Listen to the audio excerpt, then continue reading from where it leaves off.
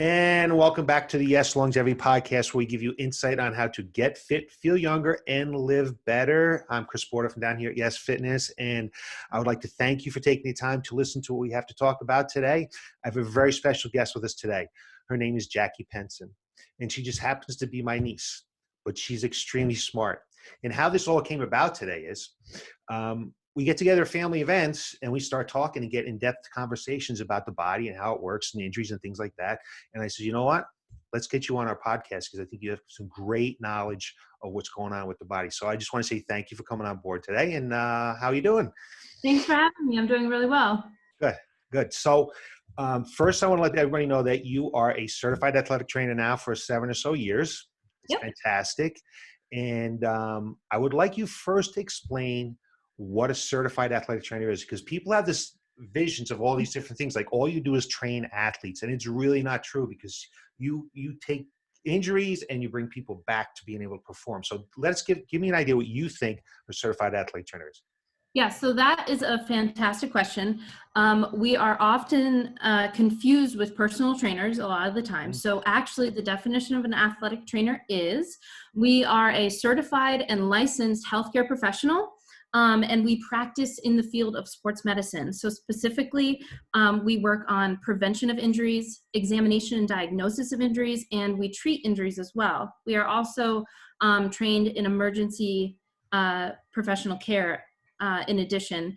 So that's why when you're watching TV, let's say a Rams game, and an athlete goes down and they're injured, we are the ones with the fanny packs that run out and see if they're okay. We rely a lot on seeing mechanism of injuries. So that's why we're also trained really well in biomechanics and kinesiology. So that's what I do. That's what she does.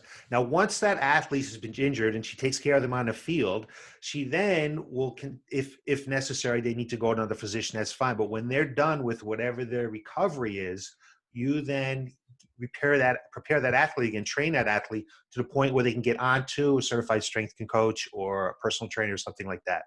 Right. So there's a long, big gamut of things that you do. It's not just treating that athlete when they get hurt on the field.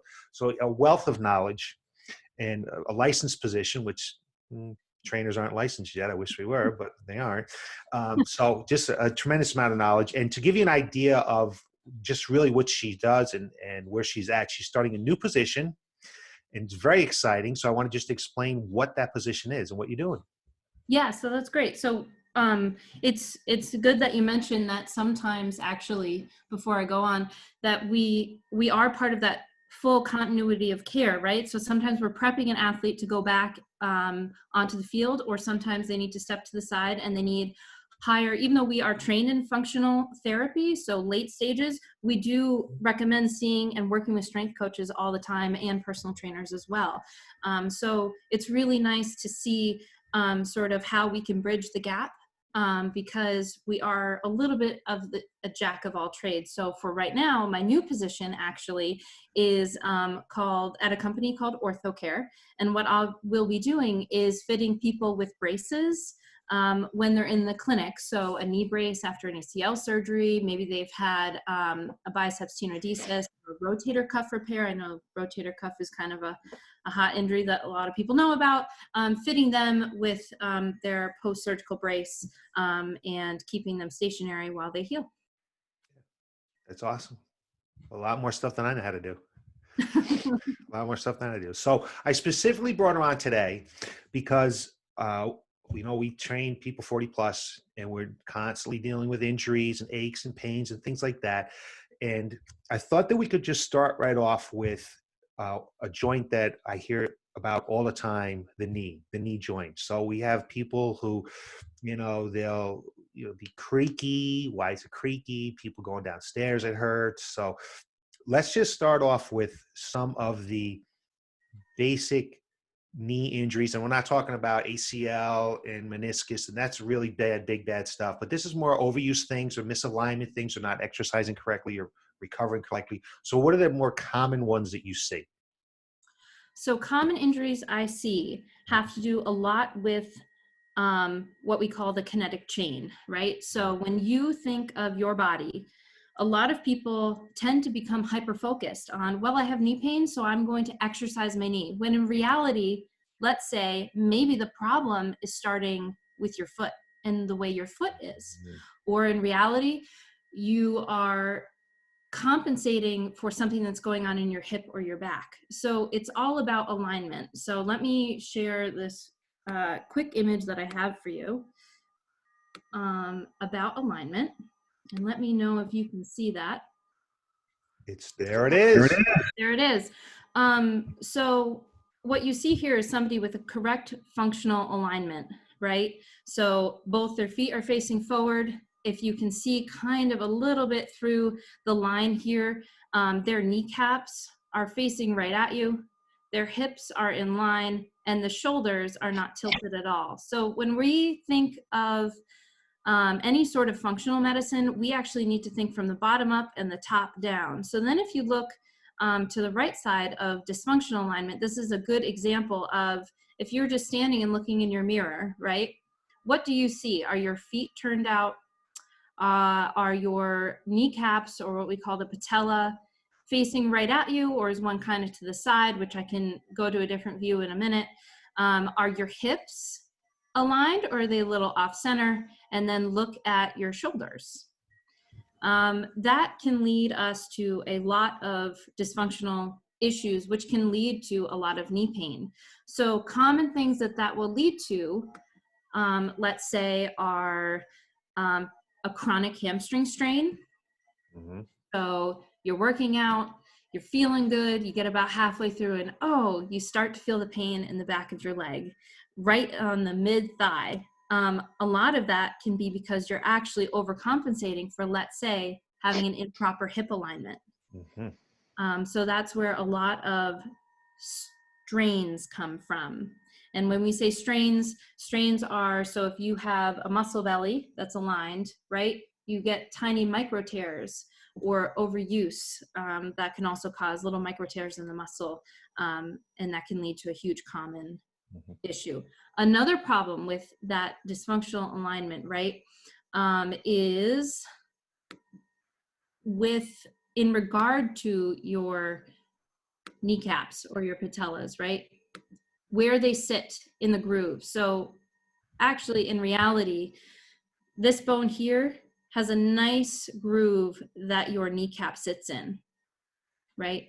So you can have patella alta, right? So where they're kind of squinting in, or you have one squinting in, or you have frog-eyed where they're both kind of facing outward.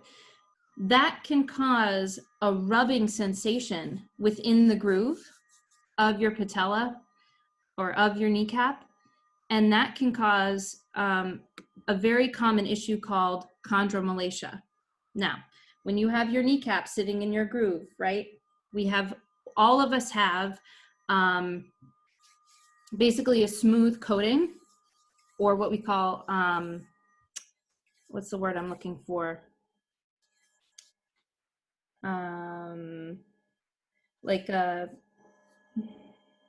What's the word I'm looking for? We have basically not collagen. My gosh, the word escapes me. Anyway, we have a smooth coating of bone on the underside, and all that rubbing can cause that material of our bone to become jagged, and that's why a lot of times people get popping or clicking. So it's actually the bone wearing away. The word that I can't think of. You're not gonna remember it now, so you should just stop trying. It'll hit me later. I'm sure it will. I know exactly how that works. So that's why a lot of times we get popping or clicking in the knee. That sometimes is painful and sometimes is not painful. Actually, 90% of us have what we call chondromalacia. And what can we do about that? Well, believe it or not, a lot of stretching is really good for pain, of having that rubbing in the knee stop. So a lot of stretching and focusing on our alignment. So where our hips sit, where our shoulders hit, in line. How we do that is a lot of times it begins with our feet. I think the most that you can control as an individual who doesn't who hasn't seen a healthcare professional yet and is having some of these popping, clicking, maybe a little bit of pain, and not having any signs of a strain is controlling our feet and our shoe wear. So another good image to share here that I'll click on is really important. It's the intrinsic tripod of the foot. And let me see if I can get it up. Nope. While you're doing that, I'm just going to say, so when someone comes on board with us, we do take some pictures from the front, from both sides, and from the rear. And not necessarily, they think we're just there to take these pictures so that we can post them on the internet before and after, but we're really taking pictures of them so that we can take a look to see if some of this stuff is glaring to us. When I went to school 30 years ago, we weren't thinking about this. We weren't talking about this. This is all just post education that I've gotten over the years. So I'll take a look and just see, hey, you know what? Let me just see how you're aligned. Let's see what's going on. At least one shoulder's higher than the other shoulder, or if your hips aren't aligned or something like that. So maybe we can prevent some of this along with the other screening tools that we have to help reduce the risk for injury. Right. It's true. So actually that's a great method, is taking pictures of new clients, seeing maybe where their alignment is, and seeing if you can just give some everyday suggestions. Right. For example, if you have what we commonly call flat feet versus a high arch, the right shoe, putting you in the right shoe can help actually give minor adjustments all the way up the kinetic chain, which is fantastic. And a lot of that dysfunction, like I said, comes from the feet, and a way we can correct it is not only the supportive shoe, but focusing on what we call the intrinsic tripod of the foot. So I don't know if you can see this image here. It's basically come up. The big foot, the ball, little tiny pinky, and then the heel. You didn't share. It didn't share. Oh, I didn't share? Okay, No. let me give it a shot again. You know me and technology. Anybody who watches this stuff, we know anything that has to do with me and technology never goes smoothly. So, how about now?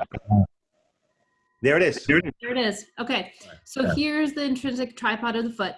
So we have basically the part of the big toe, the ball of the foot, the ball of the tiny toe, and the middle calcaneus of the heel.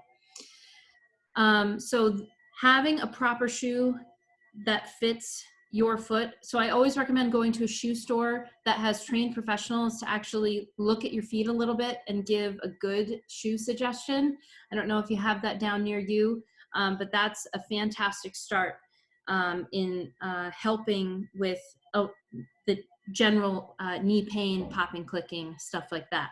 Would you say that this should be in a shoe wear, everyday shoe wear, or just what they're exercising, what they're bringing to the gym? What would you suggest? So I say both. I say it's good to have a proper walking shoe that you can wear around everyday life, that's comfortable. Just make sure you break them in well. And then also having a good pair of shoes for working out. So like a good running shoe, I think is proper. A lot of people are a fan of Brooks, but I honestly think that gives way too much support and will sometimes almost allow your foot to become reliant on the shoe, and in which case you're not building the proper muscles in your feet that you need. Right. While I'm not into minimalists unless you are an elite athlete, I'm also not a big fan of having so much support that then your feet almost want to become complacent because they feel so good in such a supportive shoe. So talk about minimalists, because, so many people are big about, wearing these shoes with, going barefoot, wearing this shoe that barely has any kind of support. Why are you so big about that? So so just in general for shoes, I'm a really big fan of Asics. I think they have a lot of options for people.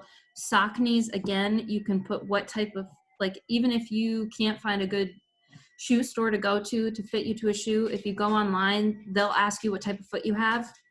And, if you just even have a picture of your feet, of if they lean in or if they come out, or if you have kind of a flare foot coming out, that can be a good option for you. In terms of minimalist, Again, I really only recommend those for elite athletes. And even then, I say no athlete should run more than a certain amount of mileage in them per week, because that can lead to overuse. Because, I mean, from the beginning of time that you were alive, your parents put you in a shoe. So you weren't born to walk and run and do all these activities barefoot, right? You've Right. been your whole life. So that can be a big shock to your feet. So I think building up to being more minimalist is okay, but also you need to be wary of the fact of if you have muscle imbalances and if you have a dysfunctional alignment, because in which case, if you do, a minimalist shoe is not going to be a good shoe to even start with. You need to correct your dysfunction first before moving into a lighter shoe, if that makes sense. It makes sense to me.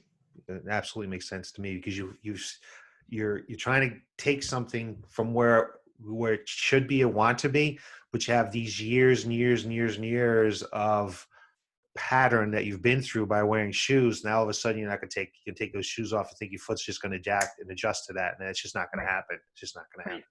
So when we coach, when you talk about this whole um, um, alignment of the body and how we try to take a look at things overall, we specifically take a look at the body. This is how we take a look at the body, that the foot is a very stable joint, and that the ankle is supposed to be very mobile.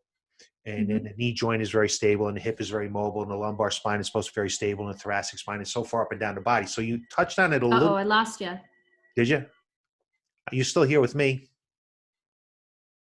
Oh, you froze. We have a bad internet connection.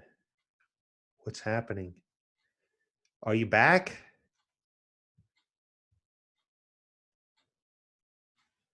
Where did she go?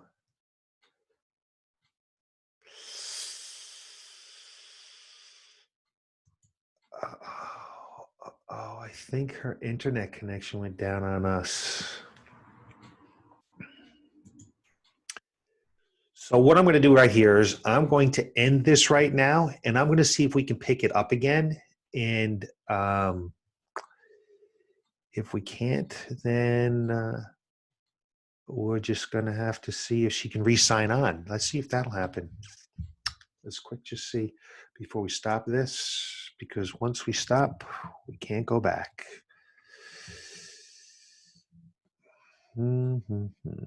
Just bear with me here a minute.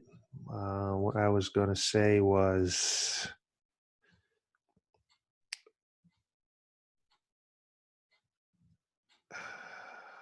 I'm just going to try to give her a quick call. Everyone just be patient.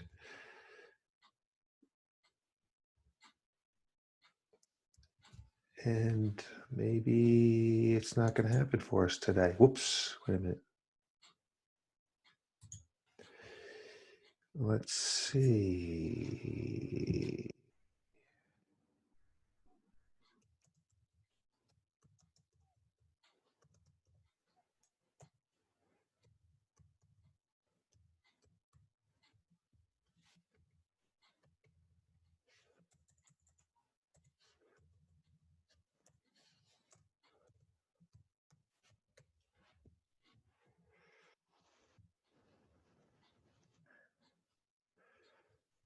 All right. So for some reason, Jackie's internet died.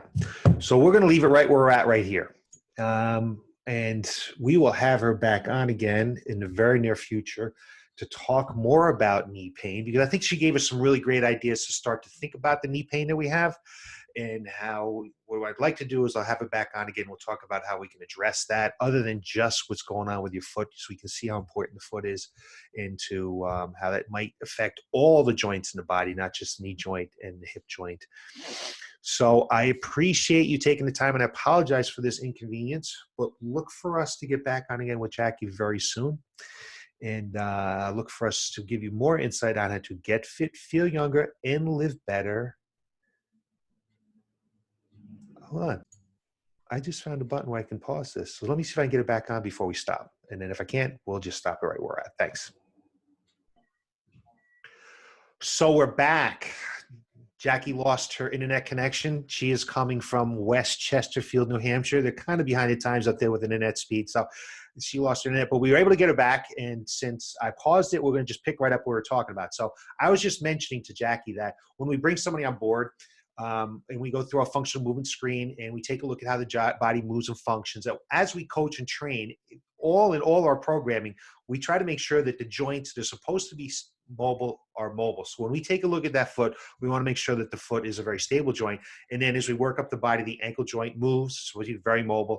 The knee is supposed to be very stable. The hip is supposed to be mobile. The lumbar spine is supposed to be very stable, so we never twist the lumbar spine. And in the thoracic spine is supposed to be very mobile and up through the body. So what we find all the time is that when people come out of physical therapy, so one other point was, so we try to take a global look at how the body moves and functions like you do, because something be going on with the ankle and it might bother the knee, might be bother the hips, might bother the back, could be all kinds of things, all because the ankle's not moving correctly. So we always put that type of work into our programming. But when people come out of physical therapy, it always amazes us as to they always come out of there with these little tiny exercises to do and so much stretching and so much flexibility. And I notice when people are done with their workouts, they just want to get out the door. They never want to stretch. They never want to do any of that kind of stuff. So we really try to force it and put it into the workout so it has to get done. So talk to us a little bit about what's going on in the body, maybe some of the joints and how they need to be not just mobile, but the muscles need to be flexible so that they move correctly. Yeah. So first of all, you're going to a good gym when on day one they give you a functional movement screen. So congratulations, you are one of the top people that do that, and that is really important. So your client should really appreciate that and take that into consideration, because the weaknesses that you find on the functional movement screen can lead you down the rabbit hole to actually becoming a well-balanced and inline functional active person. So that's really important. So yes, so when you go to physical therapy, a lot of times, because of the fact that they can only be with you a short amount of time, they will give you very isolating exercises that are going to be very to the point. And in which case, when you're actually out of physical, so like for example, you go in for knee pain and all of your exercises, and let's say it's your right knee, all of your exercises are focused on your right knee. Yeah. And then you leave. And then sometimes actually that can lead to imbalances, because a lot of times what they almost forget to tell you is that when you're out there, when you are away from the PT, you should actually be doing those exercises on both your knees, and you should be so that way you're not developing an imbalance. So that's really important. So in addition to that, you should always tell your personal trainer, if you're in physical therapy, what you're in physical therapy for, and how they can kind of create a larger picture in terms of health and functional movement, in addition to what you're doing in physical therapy. That can be a great supplemental avenue to take that I definitely recommend for athletes and any active person that I see. Flexibility is actually key, right? Because flexibility is speed, flexibility is strength. Flexibility helps keeping your joints mobile in the way that they should be, which can reduce pain a lot of the times. It's just very difficult sometimes to differentiate between a strain or delayed onset muscle soreness, which is when you go to the gym and you work really hard, right? And the next day you're like, oh my gosh, I'm so sore. But then over time, a little bit of stretching, you can feel better. That's a huge difference, being able to tell a strain versus delayed onset muscle soreness, which I'm sure you see a lot in what you do. Right. So if they have a strain, how long, like where's the point where they say, oh, this isn't delayed onset soreness, now this is a little bit of a strain? And there's different levels of straining. So Yep. So there's 3 levels of straining. And how you can tell the difference is if you're stretching and you feel relief, but then the pain comes back after you've stretched, and when you start working out again, that usually means it's a little bit more than delayed onset muscle soreness. Usually with delayed onset muscle soreness, you warm up properly, you give yourself a nice, good stretching routine, which is highly important for any sort of exercise that you want to accomplish and goals. It should always be incorporated. But then you're still having pain with the activity. Mhm. So I stretch, it doesn't feel better, and doesn't feel better with my activity. That means typically it's a strain. And in which case, the key component is to actually not stretch it. So if you were to take a piece of, I know that sounds totally I don't, counterintuitive. So many people are like, how, what do you mean? You strain, you stretch it. No, no, no. If I take a piece of paper, right, and I rip that piece of paper, right, because if you have the muscle fibers and they're stretched and they have little tiny micro tears, and you continue to stretch it when they're trying to come back together, that's not going to help you. So what you need to actually do for a strain, which is, and what you need to actually do is stretch every muscle around it to encourage those fibers to come back together. people always ask, heat, ice, what's the biggest thing now? What's the way to do with that? Whatever feels comfortable for you. Okay. Yep, heat or ice is fine. Typically, they say ice in the beginning and then heat as you go along, to kind of help support the inflammatory process of when you're injured. So ice kind of helps kind of cool things down, Right. and then heat is good for comfort. Okay. There are a lot of studies on ice and heat. Some athletic trainers will say never use ice. Some athletic trainers will say put ice on everything. For me, I'm kind of in the middle of the road on my philosophy. I think ice and heat are really good analgesics for pain and comfort. Mhm. Okay. I think primarily a good thing to do if you have any sort of strain is compression, especially if it's a mild strain. What I say though, if you are not stretching it, you're icing, heating, maybe you're taking some Advil, Mhm. and you're staying really well hydrated and doing all the things you should, and it still hurts maybe after a week and a half, then maybe it's time to start to think about seeing somebody. Okay. All right. That's great advice, because people are always wondering, when should I go see someone? When should, let me work through the pain. Let me work through that. Next thing you know, it's worse. So Yeah. that's good information right there. Really good information right there. So what are some things that my clients or people who might be watching this, who don't go to a gym, who don't work with a coach or a trainer, can look for or do when they're exercising to help them reduce this risk for injuries? Yeah. So, especially in regards to the knee. Mhm. So, realizing that it's very important to strengthen your hips.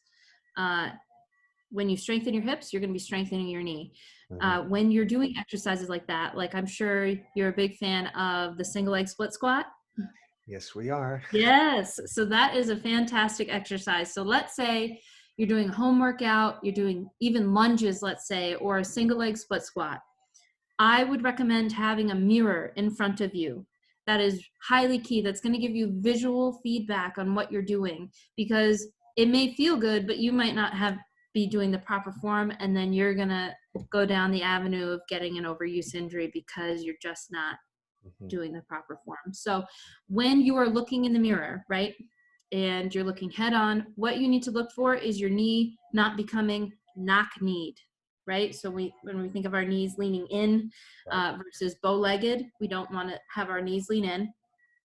And you need to focus on the picture that I showed earlier, the intrinsic tripod of the foot, making sure you have an even amount of weight. So now it used to be put all the weight in your heel and Right. then push up from there. Actually, now all the research is saying you should try to actually prevent that knock knee, instead of activating your glute muscle on your behind. Yep. You're going to focus on putting equal amount of pressure on the 3 spots of the tripod of the foot, Mhm. because what that does is allows your glute muscles to have full activation, and that will help not only prevent the knock knee, but it will actually help you not plateau as quickly when you are exercising and trying to lift like a higher weight or reps or sets. Right. Yeah, I don't think people understand how important it is. I mean, we try to cue it all the time to, make sure you have that connection with the ground, whether it's with your foot or your hand. When you're in a quadruped position, you're not just like just hanging out with your hand on the ground. Your hand needs to be like gripping the ground. You need to be turning on that. It turns the whole chain of nerves up into your shoulders and into the foot. So if we go into a half kneel position or a tall kneel position, and we tell people, dig that foot into the ground, dig that foot into the ground, it's just to make that connection so we can get the forces correctly through the body, and that the body can stay in the proper alignment. I mean, it's really, really important to do that. We've had some success recently with putting some mini bands around people's feet or Mhm. some around some people's knees, just to get some of that focus and getting that thoughts that, hey, if that band is, when they have that band on their foot and is barefoot, it forces them to have to like get into the ground with their feet and not Yep. just be up on your toes and not just be pushing through your heels and things like that. Yeah, it's Yep. super, Highly. super important to do that kind of thing. Yeah. I know we talked about when we were off the air before, people have some discomfort when they hike down the hill or when they go downstairs. Yes. So remember how we were talking about chondromalacia? So the cartilage underneath your kneecap being kind of worn away with everyday wear and tear or muscle imbalances, or actually if you have a higher body fat content. What people don't realize is when you're going down the stairs, there is a good article by a biomechanics. It was 2010 Journal of Biomechanics. When you're going down the stairs, you're actually putting up to around 300% of your body weight. So a 185-pound person is actually putting upwards of 300 pounds of pressure when that one singular foot comes down onto the stair. And having that, and then thinking about the amount of strength your leg has, is a singular leg going to be able to hold, like, can you lift single leg around 300 pounds? Most of us can't in everyday life. So, in which case, your joint is going to take the primary load of that gravitational pull, that extra pressure that you're putting down on the joint, and go right up into the knee, sometimes the hip. And that's why a lot of times when people are like, oh, I have back pain, and when I go down the stairs, it's just like I get that sharp pain. That's what you're feeling. It's actually the increase of the amount of weight you're putting down on that step. So a point that you made about that, because we'll have people come in and say, I need to strengthen my knees. I need to strengthen my knees. And then we'll do an exercise to strengthen the hip and the glutes. And they'll be like, why are we doing this? I need to strengthen my knees. And you're Yes. like, well, first of all, I don't know of too many muscles that are like in the knee itself. You need to strengthen not just the thighs, but you need to go all the way up that chain and below the chain. You need to strengthen it all together. You need to strengthen it in a way that it's working together the way it was designed to work, Right. right? Not just sitting on a knee extension machine and building your quads. It needs to be worked the way it's designed to be worked. Absolutely. And that's highly important to remember, is that you have to think of your body as a whole. It's not just like when you go to physical therapy and you have a limited amount of time, they need to isolate that one muscle Right. that's hurting you. It's like you need to build your muscles as a unit together, and realize that the big muscles are the big movers. The smaller muscles so like, let's take your knee, for example. A big muscle in your leg would be your rectus femoris, right? Because it's one of the main top muscles in your knee. It's the one where if the bodybuilder flexes, you see that first, right? It crosses the hip and the knee. So it's a big mover, but it's not as strong in the hip. So it can cause instability in the knee. So in which case you need to help out that one muscle by continuing to build the muscles that sometimes don't even cross the knee, but cross the hip. Right. Right. So one thing, because we can go way down a rabbit hole with this, and I don't want to do that today, but we use the DVRT system, dynamic variable resistance training sandbags. And why we do that and why we use bands and things like that when we coach and train is we want to make sure that the musculature and all that fascia in our body crisscrosses. It starts in the front on the left side and crisscrosses all the way up to the right side here, and then back Yes. down your back, and it crisscrosses like that. So when people coach and train, you need to be thinking about that so that all these muscles are working together all the time. So when you're doing a squat, not just your legs are working with that squat, your core is working, your upper body's working, Mhm. everything is working at one time. And you need to think about that. But that's a different rabbit hole. We're not going down that today. Yeah, multiplanar exercises. We should probably have a second episode about that because Exactly. that Exactly. completely actually also relates back to why a lot of people have knee pain. Okay. So one last knee pain I want to talk about if we can is um, sometimes people well, two things. One, they'll get up out of the chair and their knees will just be so stiff and they need to like move them a little bit. I always like to say motion is lotion, but is there anything they can do about that? Or is that just age? I don't like to say that's age. I like to say actually that is how sedentary of a lifestyle you have. Are Mhm. you able to actually get up and move around or even move your legs in your chair while you're sitting? Um, and also, how hydrated are you? And what is your diet like? Mm, Right? So, if we're talking about somebody who is suffering from some early onset arthritis, mhm, maybe an anti-inflammatory diet is better for you, mm, which you can look that up and right, find loads of information on that. But I'm a huge believer in you are what you eat. So if you're not putting proper fuel in the tank, your engine's not going to run right. correct. um, and I think what people don't realize, like something like the knee, that knee is fed by synovial fluid, so that is lymph fluid that's not blood, right? So if you're dehydrated and you're sitting around a long time and you're not eating the right things, you might stiffen up a little bit and you might pop and creak a little bit more because that joint is just not being um, cushioned properly, if that makes any That sense. makes a lot of sense to me. I'm getting up there in the years, but when I'm done sitting, I can get up and my knee doesn't bother me. And I think that's because of the foods that I eat. I think that's because I exercise. I think that's because I'm hydrated. I think it's a whole gamut of things that people probably don't even think about. Do I have do I have an inflammatory diet, or am I hydrated enough? So it's a lot of reasons for that to happen. And if you're So, sitting, are you at least moving? mhm, Yeah, you're sitting there, you're in a meeting. mhm, When you're in a meeting, you can stretch your legs out under the table and you right. can do at least some ankle pumps, ankle circles, and then you can do a couple reps even of just the simple knee curl and, extend and flex your legs before you actually even get up. Mm, And that might help as well. mhm. It's the small stuff. That's great advice. And the last knee pain I'd like to talk about is if someone's never had a acute injury, they no Mhm. meniscus tears or cartilage or anything like that, and they kneel on their knees and they bother them. What could that be? Okay. So again, a lot of that can be the amount of cartilage wear you have underneath your kneecap and Mhm, the amount of pressure. So like a lot of times, I'll have uh, an older athlete come in, and when they kneel, they hear a pop. mhm, There's no pain, but right, there's a pop. And a lot of that again is just the natural wear and tear and things moving around in there and right, grinding a little bit, unfortunately. right. Um, and it's important to, when you kneel, try and not almost kneel all your weight onto the kneecap. Mhm. Try and maybe put some weight on the upper part of the shin, and that might help a little bit as well. Okay.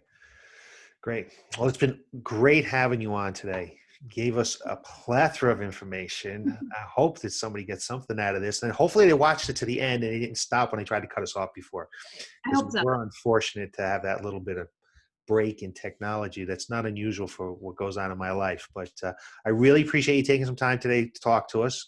And I look forward to having you back on again sometime because I'd love to talk about the lumbar spine.